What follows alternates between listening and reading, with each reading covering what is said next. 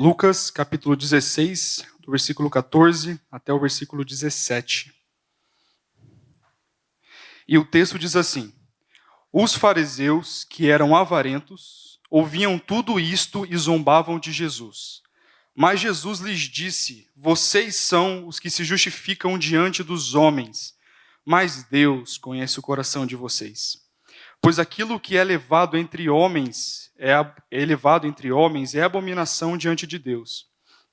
A lei e os profetas duraram até João. Desde esse tempo, o evangelho do reino de Deus vem sendo anunciado, e todos se esforçam para entrar nele. E é mais fácil passar o céu e a terra do que cair um tio sequer da lei. Amém? Vamos orar mais uma vez. Senhor, obrigado pelo privilégio que nós temos de estarmos reunidos no nome de Jesus Cristo. Obrigado pelo privilégio que tivemos hoje à tarde de estarmos em comunhão. E pedimos que neste momento, durante a pregação da palavra, que o Senhor nos abençoe. Que o Senhor traga iluminação às nossas mentes para que possamos compreender a Tua palavra. Mas também faça, Pai, com que o nosso coração arda por ser transformado pelo Evangelho diariamente. Pedimos que não nos permita sair daqui da forma que entramos, mas que nós saiamos daqui, Pai, transformados, amando mais a pessoa de Jesus Cristo, vivendo para a Sua honra e para a Sua glória. E também, se tem alguém aqui nessa noite que ainda não creu no Senhor, que possa crer através do Teu poder. É o que nós pedimos em nome de Jesus. Amém. Como eu falei no começo da conversa, estamos expondo o livro de Lucas, capítulo 16. E na primeira pregação, que foi o Diego que fez, ele falou um pouco sobre o administrador infiel. Nessa perícope, Jesus estava basicamente conversando com seus discípulos, aparece até então os fariseus ali naquela conversa, e agora Jesus começa a falar para aquelas pessoas sobre como que o povo de Israel foi muito abençoado pelo Senhor. Ele tinha os profetas, eles tinham os sacerdotes, eles tinham a lei, e ainda assim administraram mal tudo o que Deus deu a eles. E eles administravam mal tudo isso. Não eram generosos, não administravam bem o que Deus deu a eles. Isso na primeira parte. Logo na segunda parte, na semana passada, o Pedro ele falou sobre aquele momento em que Jesus ele fala para aqueles homens, para os fariseus, que não é possível de você servir a dois senhores. Porque você vai agradar um, mas você vai desagradar o outro senhor. E ele se refere a esses dois senhores como sendo ou Deus, ou como sendo Mamon, que é o dinheiro, que é a riqueza. Então, esse é o contexto de Lucas capítulo 16. E o que nós acabamos de ler agora é o momento onde, depois de Jesus ter ensinado aos discípulos, os fariseus estarem próximos dele e escutarem tudo isso, agora os fariseus vão responder a Jesus de uma certa forma. Eles vão responder a Jesus. E o texto fala que porque eles eram avarentos, eles ouviam tudo que Jesus falava e eles zombavam de Jesus. Uma coisa muito importante, antes da gente falar sobre os fariseus especificamente, é que se a gente analisar o livro de Lucas, a gente vai perceber que com o passar do tempo, os fariseus têm alguns comportamentos diferentes. Na primeira parte do livro de Lucas, os fariseus, quando ouvem Jesus falar, a gente percebe que eles, no seu coração, eles negam a fala de Jesus. Não é à toa que muitas vezes o texto fala que Jesus, conhecendo o coração deles, ia lá e os repreendia. Nós temos agora, por exemplo, os fariseus zombando da pessoa de Jesus. Então eles não apenas no seu coração negam o que Jesus está falando, mas eles publicamente zombam da pessoa de Jesus e do que ele fala. E quando a gente vai para o final do livro de Lucas, a gente já percebe agora os fariseus, eles constantemente entre si, eles planejando contra Jesus. Então eles estão mais ativos no seu trabalho contra nosso Senhor. Mas uma coisa importante, logo de cara nós aprendemos, é que é impossível nós nos encontrarmos com Jesus e nós não darmos a Ele alguma resposta. Porque o Evangelho de Deus, ele funciona dessa forma. Quando o Evangelho ele é apresentado a nós, alguma resposta tem que ser dada. Ou eu creio, ou eu não creio nisso. E não é diferente conosco nessa noite. Porque a Bíblia fala que onde dois ou mais se fazem presentes, no nome de Jesus, lá Ele está. E nós somos vários aqui em nome de Jesus. Então, com certeza, Jesus se faz presente nessa noite. E depois da mensagem que a gente escutar, nós podemos ter duas respostas. Ou a gente pode olhar para Jesus e falar: Jesus, realmente, eu preciso crer no que o Senhor está falando. Eu preciso colocar em prática, vivendo para o Senhor. Ou eu posso falar: não, eu não quero viver dessa forma, para mim é muito pesado. Que Deus nos ajude, irmãos, a nessa noite, assim que nós sairmos dessa capela, a gente ser a primeira pessoa. Nós não sermos iguais aos fariseus. mas sermos iguais aos discípulos de Jesus. Que mesmo com muitas dificuldades na sua vida e no seu coração, a sua vida estava na mão do Mestre. Então que a nossa vida possa estar dessa forma. E quando a gente lê o começo da perícope, a gente percebe que os fariseus rejeitavam o que Jesus falava porque eles eram avarentos. Em outras palavras, eles eram amantes da riqueza. Eles amavam o dinheiro. E até então Jesus tinha falado para eles que ou você serve a Deus, ou você serve ao dinheiro. E eles, como amavam demais ao dinheiro, eles zombaram de Jesus. Mas é curioso pensar que a avareza, o amor ao dinheiro, o amor à riqueza, a busca incessante para poder ficar rico, para você poder conseguir bens terrenos, não é de agora. Sempre foi antigo. Abra comigo rapidamente em Provérbios, no capítulo 22, no versículo 1, para vocês verem como que essa questão de amar o dinheiro, de se dedicar na busca por ele, é uma coisa antiga na humanidade. Não vem de agora.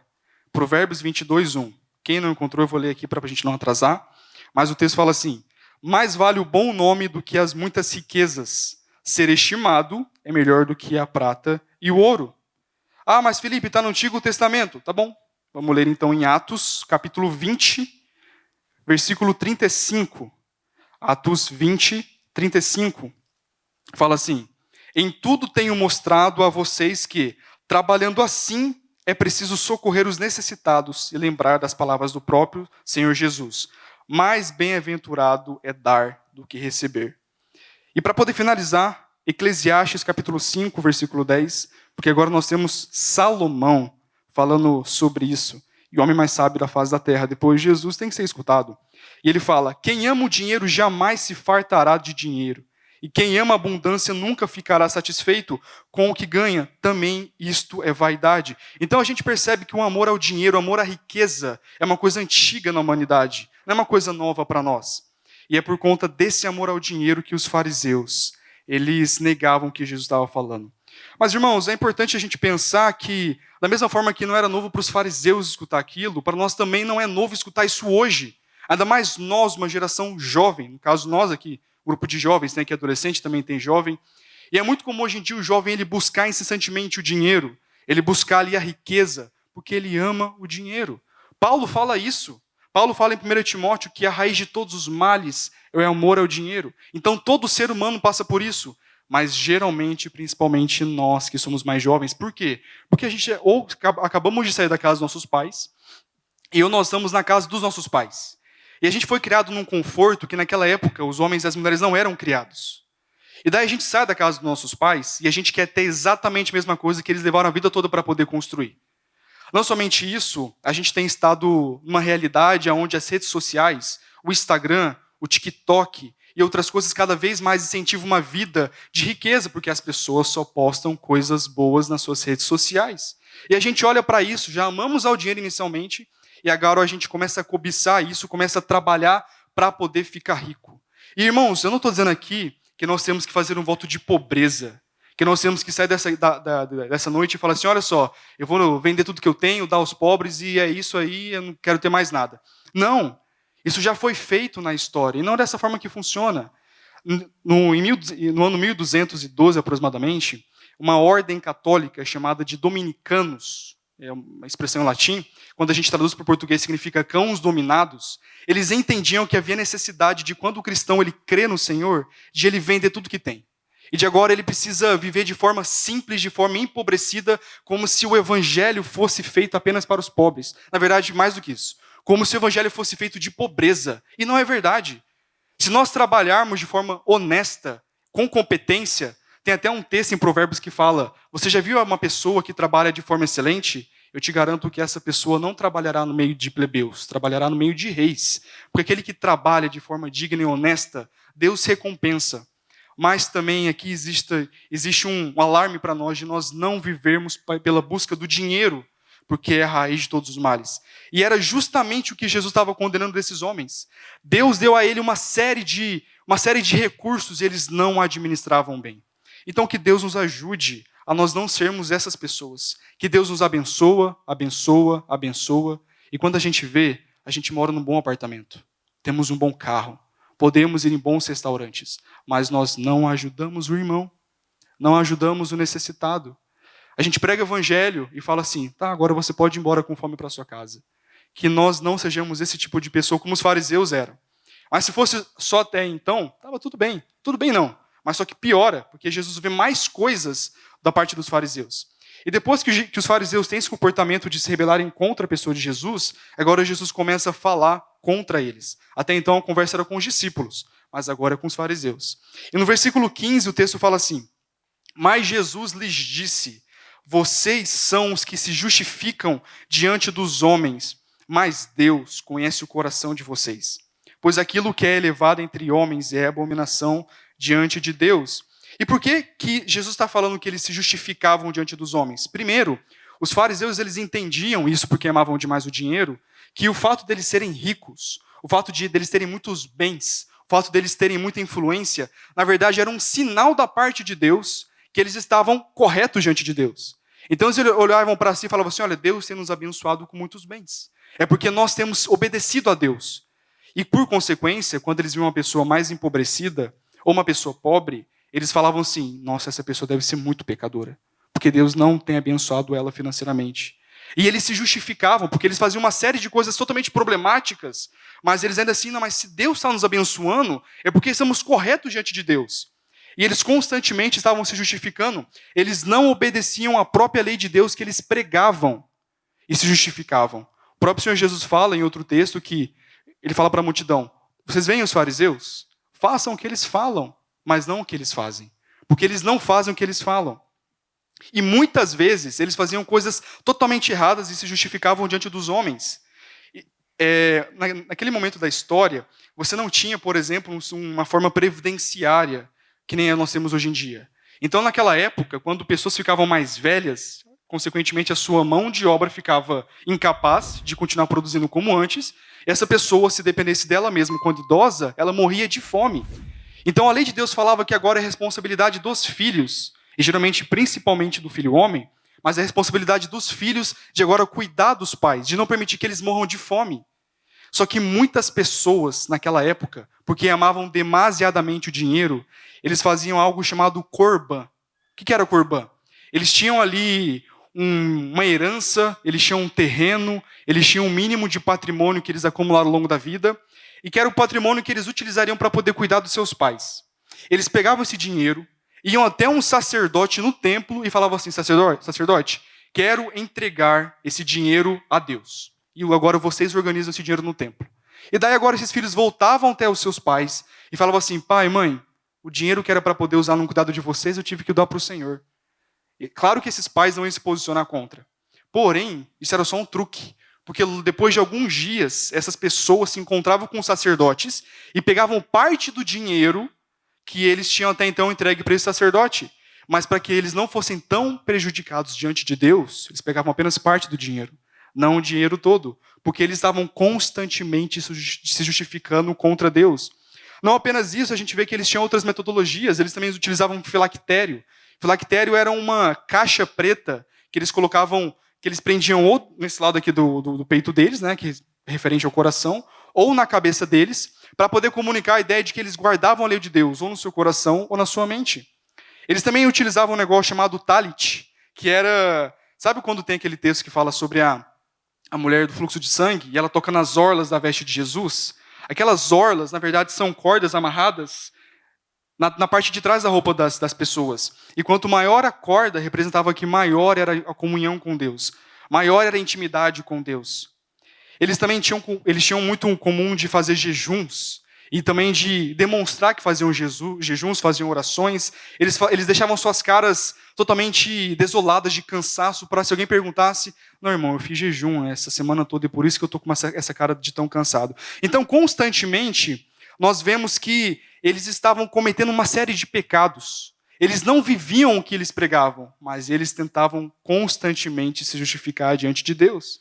E Jesus condena eles dizendo o seguinte, mas Deus conhece o coração de vocês. Não tem nada que vocês possam fazer que Deus vai deixar de ver tudo o que vocês estão fazendo. Deus vai fazer. Jonas fala isso no capítulo 2 ali de Jonas, quando ele está afundando ali na profundeza do mar, ele fala que Deus estava vendo o que estava acontecendo com ele, que ele não podia fugir da presença do Senhor. Então essa é a resposta de Jesus a isso. você não pode fugir dos olhos de Deus. E para nós isso também serve. Isso também serve para nós. Nós não estamos numa posição como se nós pudéssemos fugir da presença do Senhor. O seu pecado e o meu pecado, aquele pequeno que ninguém vê, sabe aquele que você finge que não existe, mas há tantos anos esse pecado te assola, ele te persegue? Aquele pecado que você não contaria nem para sua esposa, nem para o seu marido, nem para os seus pais, nem para o seu discipulador, porque é um pecado muito vergonhoso, ou é uma coisa que você não teria coragem de falar? Até isso Deus vê. Porque nada diante do Senhor fica escondido. E por mais que a gente saiba isso com a nossa cabeça, tem vezes que a gente faz como se Deus não soubesse. Porque se nós tivéssemos a consciência de que constantemente, diante de todas as circunstâncias, Deus está ali naquele momento, vendo o filho dele, no caso somos nós, seus filhos, pecarem contra ele, nós talvez teremos um pouco mais de zelo pela santidade.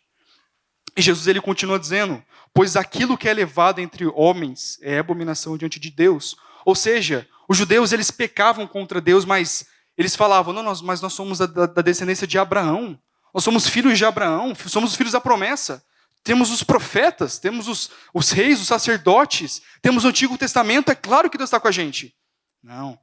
Tudo isso que vocês estão achando que é alguma coisa importante para Deus nada presta. A gente não pode esquecer, quando lê esse texto, de Isaías, capítulo 64, do versículo 6, que diz assim, Isaías 64, capítulo 64, versículo 6. Todos nós somos como o impuro, e todas as nossas justiças são como o trapo manchado de sangue. Todos nós murchamos como a folha, e as nossas iniquidades nos arrastam como um vento. É engraçado que muitas vezes aquele que traduz a Bíblia, ele traduz de uma forma um pouco mais bonita para não ser impactante.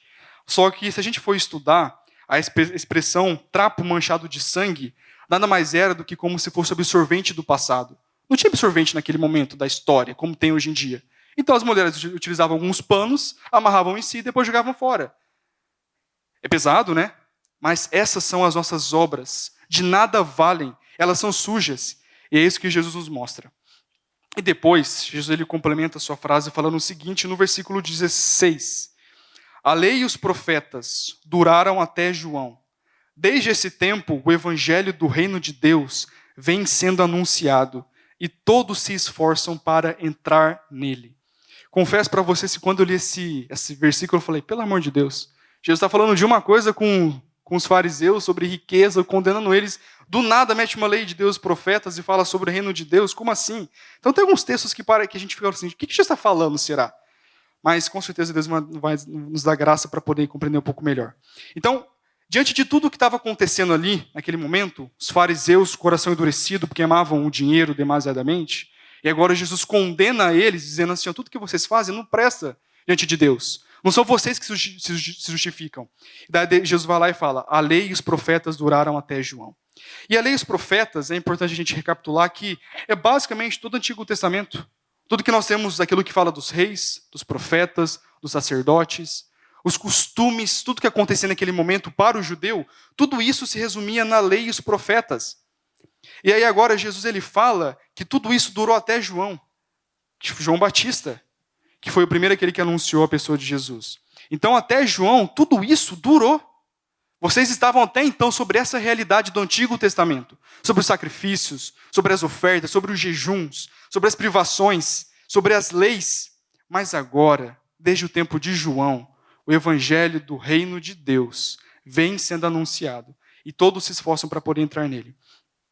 É importante falar que Jesus não está falando, isso é uma coisa muito importante, prestem atenção. Jesus não está falando que o evangelho do reino de Deus só passou a existir a partir de João. Ele fala que o evangelho do reino de Deus passou a ser anunciado a partir de João, mas não que já não existia. Eu estou falando isso porque nós, muitas vezes, com dificuldade de conciliarmos a realidade do Antigo Testamento com o Novo Testamento, e de fato é uma dificuldade para nós, não é fácil, mas a gente olha para o Antigo Testamento e a gente toma algumas conclusões, como por exemplo, nossa, as pessoas no Antigo Testamento elas não eram salvas. Não eram salvas, não tinha evangelho. A graça de Deus não se manifestava no Antigo Testamento. E irmãos, não é verdade. O evangelho sempre existiu. Porque se pessoas foram salvas no Antigo Testamento, porque muitas vezes a gente olha para Davi, para Salomão, para esses homens, a gente sabe que eles eram salvos diante do Senhor, porque Deus os salvou, e apenas o evangelho é o meio pelo qual nós podemos ser salvos. Então como que eles foram salvos? Por meio do evangelho. Mas como assim?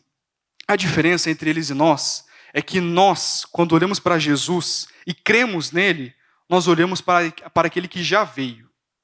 Mas quando as pessoas do Antigo Testamento olhavam para não olhavam para Jesus, né? Mas quando eles olhavam para a promessa daquele que viria e pisaria na cabeça da serpente, essa pessoa era salva. Porque em Gênesis 3, quando o homem pecou diante de Deus, Deus vai até ele e Deus traz a promessa de que um dia o descendente dele, o descendente da mulher, que Deus daria à mulher, este descendente pisaria na descendência da cabeça da serpente.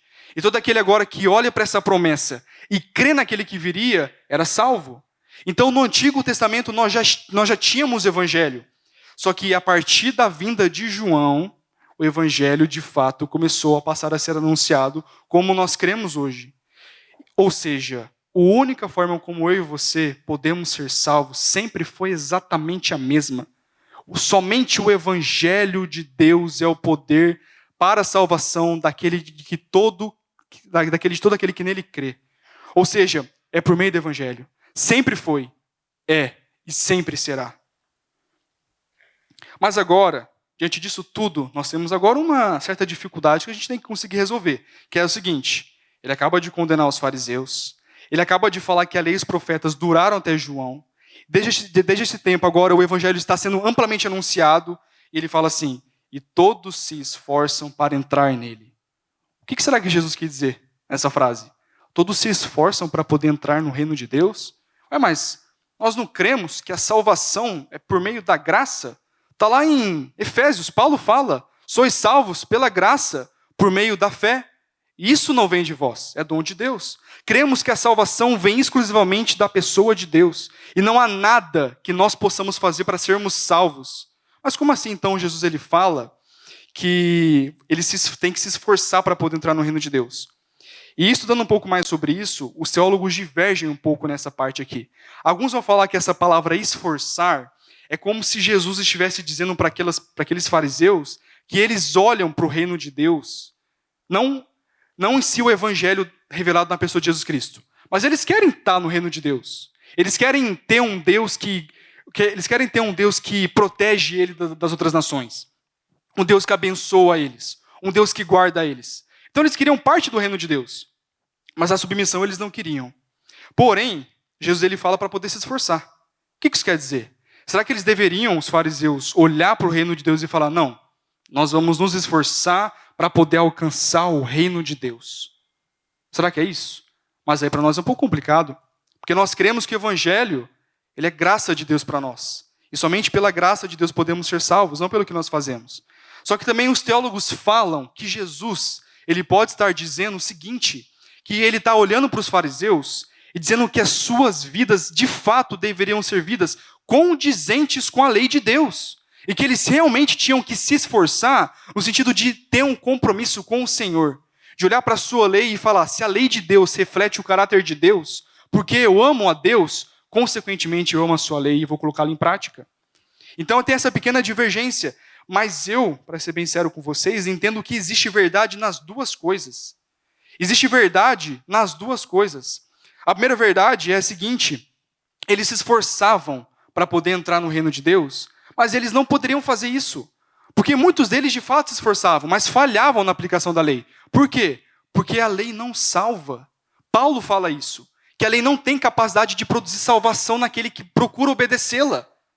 A lei é boa, de fato ela é. E ela reflete o caráter de Deus, mas a lei em si não salva. Então você se esforçar, como eles faziam, de nada vai adiantar. Eles precisavam de Jesus Cristo. Eles precisavam do Evangelho.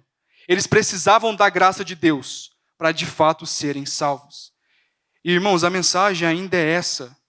A mensagem ainda é essa, que é apenas por meio da graça de Jesus Cristo, por meio do Evangelho, que nós podemos ser salvos.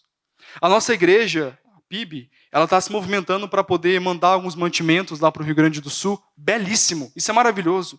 Isso reflete o fato de que estamos sendo como Jesus, que era compadecido com o necessitado. Só que isso não salva. Nada do que nós podemos fazer salva. Então Jesus parece estar condenando aqueles homens de que eles se esforçavam para entrar no reino de Deus, mas eles não conseguiam cumprir a lei de Deus. E de fato nós não conseguimos. Precisamos do evangelho. Mas também nós temos aqui uma outra perspectiva, que é o quê? Agora, você que creu em Cristo Jesus, você que foi transformado, teve o seu coração agora transformado, você precisa se esforçar dentro do reino de Deus. Uma consequência que muitos podem fazer na sua cabeça é, agora que o evangelho é pela graça de Deus, então não tem que fazer mais nada. Só que aí quando nós olhamos para o livro de Tiago, o texto fala que a fé sem obras ela é o quê? Morta. Ele não fala que a fé é inexistente. Fala que a fé é morta, porque não tem proveito. Porque a salvação tem que gerar bons frutos. Então aquele que está no reino de Deus precisa se esforçar. Ele precisa se comprometer para com Deus. E a gente pode ver isso, por exemplo, em Lucas capítulo 13, no versículo 24, em que o próprio Jesus, ele fala algo semelhante.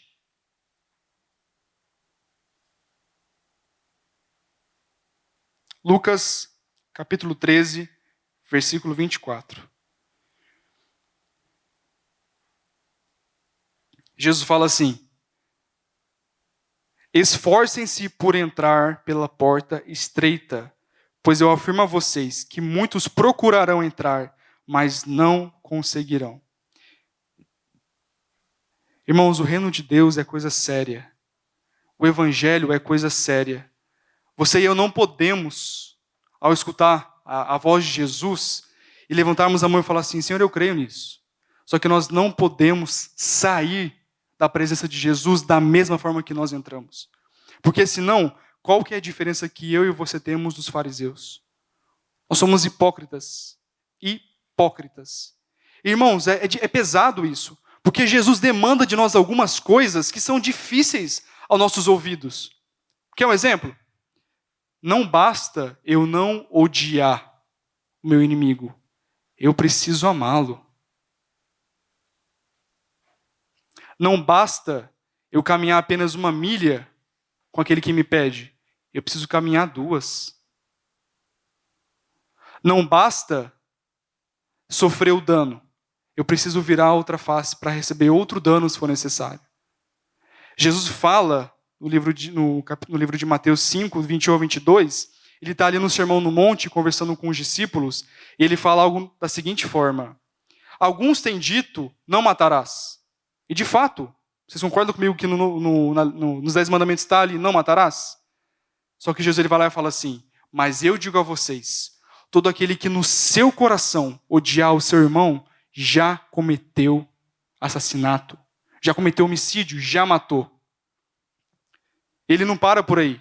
Ele fala assim: e outros têm dito, não adulterarás. E top, é verdade, está na lei de Deus, está nos 10 mandamentos, não podemos fazer isso. Não vou dormir com a mulher do meu próximo. Mas ele vai lá e fala assim: eu, porém, vos digo, todo aquele que olhar para uma mulher com má intenção, no sentido de moralidade, eis que já adulterou. Irmãos, o Deus, Jesus, ele pega aquilo que até então os fariseus achavam como sendo difícil, complexo, e ele eleva lá em cima. Porque agora não basta apenas as coisas que nós fazemos, mas também o que está no coração. E essas são as piores coisas, porque essas ninguém vê. Se fosse pelas coisas que nós fazemos, até beleza, eu consigo me comportar direito fora de casa. Mas quando tange a questão do coração, ninguém vê. E é por isso que existe a necessidade desse compromisso real com Jesus Cristo. De nós sermos discípulos verdadeiros dele. De olhar para nós e nós não nos amarmos a nós mesmos e negarmos a nós. Mas olharmos para o Filho de Deus, que foi crucificado e ressuscitado pelo próprio Deus. E segui-lo, tomando cada um a sua cruz. Mesmo que isso custe a nossa alegria, a nossa tranquilidade, a nossa comodidade. E Jesus, depois de falar tudo isso, ele vai lá e finaliza da seguinte forma: e é mais fácil passar o céu e a terra do que cair um tio sequer da lei. Porque talvez os fariseus, eles poderiam olhar para Jesus e falar assim: nossa, esse homem está falando contra a lei de Deus. Só que, na verdade, eles não entenderiam se eles falassem isso, porque não é verdade. Jesus não está contra a lei de Deus. Ele fala isso. Ele fala: eu não vim abolir a lei, eu vim cumpri-la, porque a lei de Deus ela é boa. Mas, Felipe, então quer dizer que você está virando judaizante? É para a gente sair aqui hoje depois do culto, pegar ali um cordeiro e sacrificar? É para a gente poder, sei lá, dizimar a hortelã? Não, não é nada disso que eu estou falando para vocês, pessoal. Mas é que quando a gente olha para o Antigo Testamento, nós temos ali 3 tipos de leis. Nós temos algumas leis que estão expressas ali. Nós temos a lei moral, que ela está muito ligada ao caráter de Deus, de quem Deus é. Não matarás, não dará falso testemunho, não cobiçará a mulher do próximo. Também existia ali a lei cerimonial, que eram as festas que aconteciam. O sacerdote tem que fazer um sacrifício para o povo. E o sacerdote tem que sacrificar um animal para ele poder entrar no Santo do Santo. Lá tem que fazer um sacrifício. Também tinham as festas que aconteciam, por exemplo. A festa de Pentecostes, que era uma festa muito comum para eles. Então tinha uma série de leis cerimoniais, mas que para nós não estão mais em prática hoje. Ninguém tem que matar um cordeiro e oferecer para Deus. E também tinha a lei civil, que era a lei que conduzia todo o povo de Israel. Por exemplo, se você, sem querer, assassinou alguém, você poderia correr para uma cidade de refúgio, que é o que? Era uma cidade onde tinham pessoas refugiadas, que assassinaram outras pessoas sem querer, e lá ninguém poderia te caçar. Então você vê que no Antigo Testamento tinha uma série de leis. Mas de qual lei que Jesus está trazendo aqui? É a lei moral. É a lei que está associada aos 10 mandamentos e que até hoje elas têm prática para nós. Nós deveríamos olhar para a lei de Deus e deveríamos ter um carinho por ela, porque ela reflete o caráter de Deus. E é o que Jesus está falando aqui, que é mais fácil passar o céu e a terra do que um tio sequer da lei cair ou deixar de existir. É engraçado que essa expressão tio aqui significa tipo uma cedilha. Porque quando você pega o alfabeto hebraico, você tinha 2 palavras muito parecidas. E o que basicamente separava uma palavra da outra era esse tio aqui. Então Jesus está falando que a menor coisa que está na lei de Deus, essa não vai deixar de existir, mesmo que passe o céu e a terra. Porque a lei de Deus ela é boa, ela reflete o caráter de Deus. A gente pode ver isso em Mateus, no capítulo 5, por exemplo, onde Jesus ele fala ali o Sermão no Monte, ele fala uma série de coisas que já poderiam ser vistas no Antigo Testamento. E aí, irmãos, nós chegamos até a parte final, que é olhar para tudo isso e no nosso coração receber as palavras de Jesus, ou de nós negarmos essas mesmas palavras de Jesus. E para poder finalizar, algumas aplicações práticas importantes da gente ter. Primeiro, irmãos, cuidado com a avareza. Cuidado com o amor ao dinheiro. Cuidado com a busca incessante pela riqueza. E eu falo isso sabendo que quando a gente sai dessa porta para fora, a gente vai estar buscando essas coisas. O meu chefe, muitas vezes, ele me liga durante a noite, por exemplo. Ele me liga no final de semana. E muitas vezes eu atendo.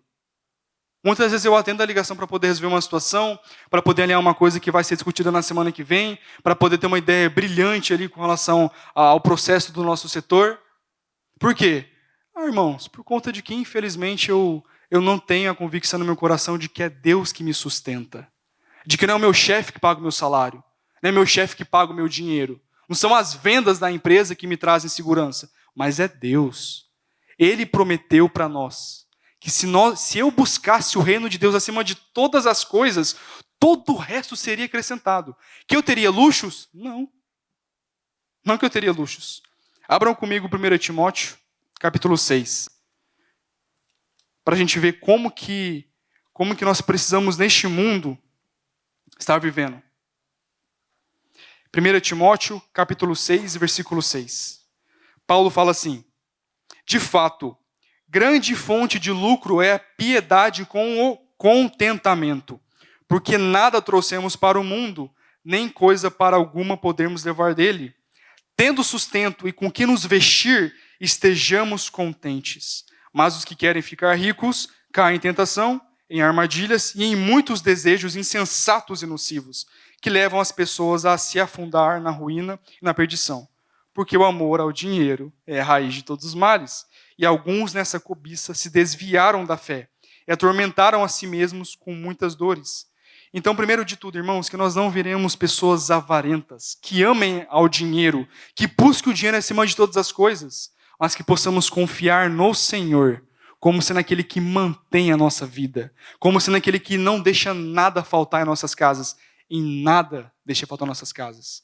De nada teremos falta, como o próprio Senhor Jesus, ele nos ensina e ele promete para nós. Se fosse outra pessoa falando, tudo bem, mas é Jesus prometendo. Segunda coisa que nós precisamos ser relembrados é o seguinte: o Evangelho é o meio pelo qual nós podemos ser salvos. Cristo foi crucificado por conta disso. Na Reforma Protestante, isso que estava sendo anunciado. Claro que havia uma série de outros fatores que eram problemáticos ali entre a Igreja Católica e Lutero e também que eles estavam com ele. Mas o que Lutero queria trazer é que o Evangelho é o poder de Deus. E que apenas em Cristo, pela sua graça, quando olhamos para a Escritura, nós podemos alcançar a salvação. Não pelo que nós fazemos, não pela forma como eu vivo, não pelo que eu fiz no passado, não porque eu tenho um pouco de crédito com Deus. Na verdade, não. É por conta de Jesus Cristo. E, irmãos, vivemos tempos muito complicados, muito complexos. Porque, antigamente, na época de Lutero, na época de Calvino, de John Knox, John Owen, Zwinglio, Savonarola, tantos homens de Deus que ele levantou na história, eles estavam ali batalhando pelo fato de que o Evangelho precisava voltar a ser pregado de forma intensa, genuína e verdadeira na sua igreja.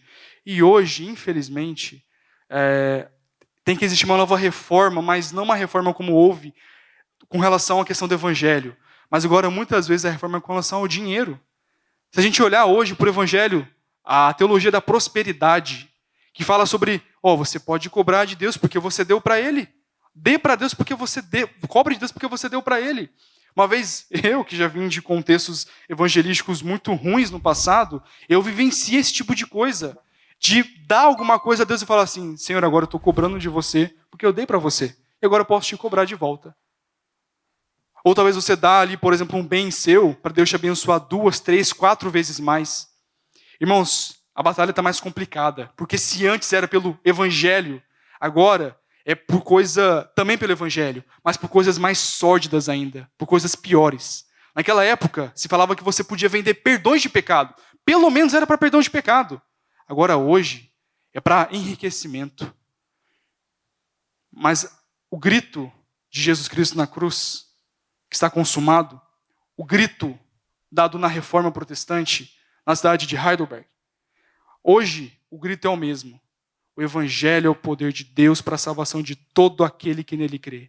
Não tem outra mensagem que eu e você podemos pregar. Isso aqui é difícil. Poxa, será que meu chefe vai crer? Será que eu na escola vou pregar o Evangelho e será que eu vou ser ridicularizado? Ou será que essa mensagem é suficiente para poder convencer meu professor ateu? Sim, porque o Evangelho é poder de Deus. E, irmãos, por fim, nós precisamos nos esforçar. Não para que sejamos aceitos por Deus, mas porque, irmãos, fomos comprados por um alto preço. A salvação, ela é de graça para nós, mas a salvação não foi de graça para Deus, porque Ele deu tudo o que Ele tinha, que era o seu próprio Filho. A gente tem aqui o nosso irmão João Guilherme e Amanda, que vão ser pais daqui a alguns meses. João, você daria o seu filho para alguém? Não daria? Eu também não daria o meu. Sei que ninguém aqui daria o seu próprio filho para poder salvar um pecador, nem que fosse para poder salvar uma pessoa boa. Porém, Deus deu o seu próprio Filho para que todo aquele que nele crê não pereça, mas tenha a vida eterna. Irmãos, que Deus nos ajude a nós crermos nessa realidade. Que o que nós aprendemos hoje à noite não seja apenas uma mensagem que ela parece bonita no momento em que a gente escuta. Porque a gente está num lugar com ar-condicionado, uma boa cadeira, entre nossos irmãos aqui, é fácil ser crente. Na verdade, seria até feio não ser crente aqui. Mas que nós possamos, de fato, olhar para esse Cristo crucificado, esse Cristo ressurreto, olhar para Ele e falar: Ele é tudo o que nós temos. Ele é tudo o que nós temos. E agora eu vou pegar a minha cruz e eu vou segui-lo até um dia em que nós fecharemos os nossos olhos para este mundo, para um dia, nesse mesmo dia, abrir os olhos naquele mundo. Porque foi isso o que o ladrão na cruz escutou. Jesus disse para ele: hoje mesmo estará comigo no paraíso.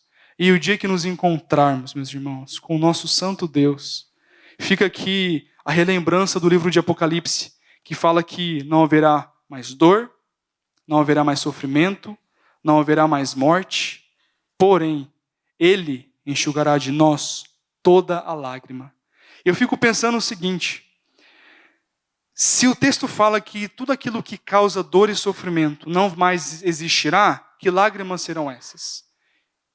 Na minha concepção, essas serão as lágrimas de olhar para um Deus perfeito, um Deus santo, um Deus amoroso, um Deus bondoso, gracioso, misericordioso, grandioso, olharmos para Ele e pensarmos: como que valeu a pena?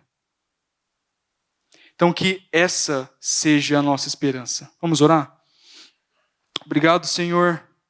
Obrigado pelo Teu santo evangelho, que foi dado, manifestado, através da pessoa de Jesus Cristo, nosso grande Salvador.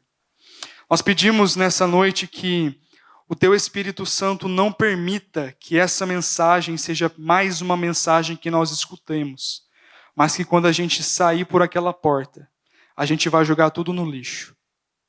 Mas que o Teu Espírito Santo, ao longo de toda a semana, de todo o mês, de todo o ano, por toda a nossa vida, trabalhe essas verdades bíblicas, a Tua palavra em nossos corações, para que nós sejamos transformados e para que o nosso modo de vida, muitas vezes não condizente com a Tua palavra, seja tirado de nós. Nos ajude a não amarmos mais ao dinheiro do que amamos ao Senhor, mas que possamos olhar para Ti, Pai, como quem de fato Tu és, nosso Senhor. E nada acontece fora da Tua vontade. E se nós estamos em Tuas mãos, será que nós estaremos em perigo? Seja com roupa, seja com comida ou moradia? Com certeza não. O próprio Senhor nos dará do que comer, vestir e onde morarmos. Nos dê essa fé, para que possamos crer no Senhor de todo o nosso coração. Eu também peço, Pai, que se existe alguém nessa noite que ainda não crê no Senhor, se existe alguém aqui que ainda não foi alcançado por Ti, se for da Tua vontade, Pai, salva essa pessoa. Que essa pessoa possa olhar para a sua vida, para os seus atos, suas atitudes, ações, para o seu coração, e que enxergue em si mesmo um grande pecador. Mas que, ao olhar para Cristo, essa pessoa possa encontrar um grande Salvador. O que de fato Ele é. Obrigado por esse tempo que nós temos de comunhão. Pedimos que por meio dessa comunhão possamos ser edificados, abençoados. Daqui a pouco nós também estaremos jantando. Obrigado por este alimento que o Senhor vai nos dar. Pedimos por aquelas pessoas do Rio Grande do Sul que estão sofrendo, Pai. Sabemos que o Teu Evangelho é consolo para nossas almas. Então pedimos que os nossos irmãos, a Tua igreja lá presente, seja levantada pelo Senhor, para que possa ser sal e luz neste momento de dor e sofrimento, Pai. Também pedimos que o Senhor envie a nós, para que possamos servir essas pessoas e também pregarmos o Teu Evangelho. Obrigado pelo Teu amor. E pedimos que nos dê do Teu amor para que possamos chamar. Em nome de Jesus que nós agradecemos e pedimos, Pai. Amém. Amém, irmãos. Deus nos abençoe.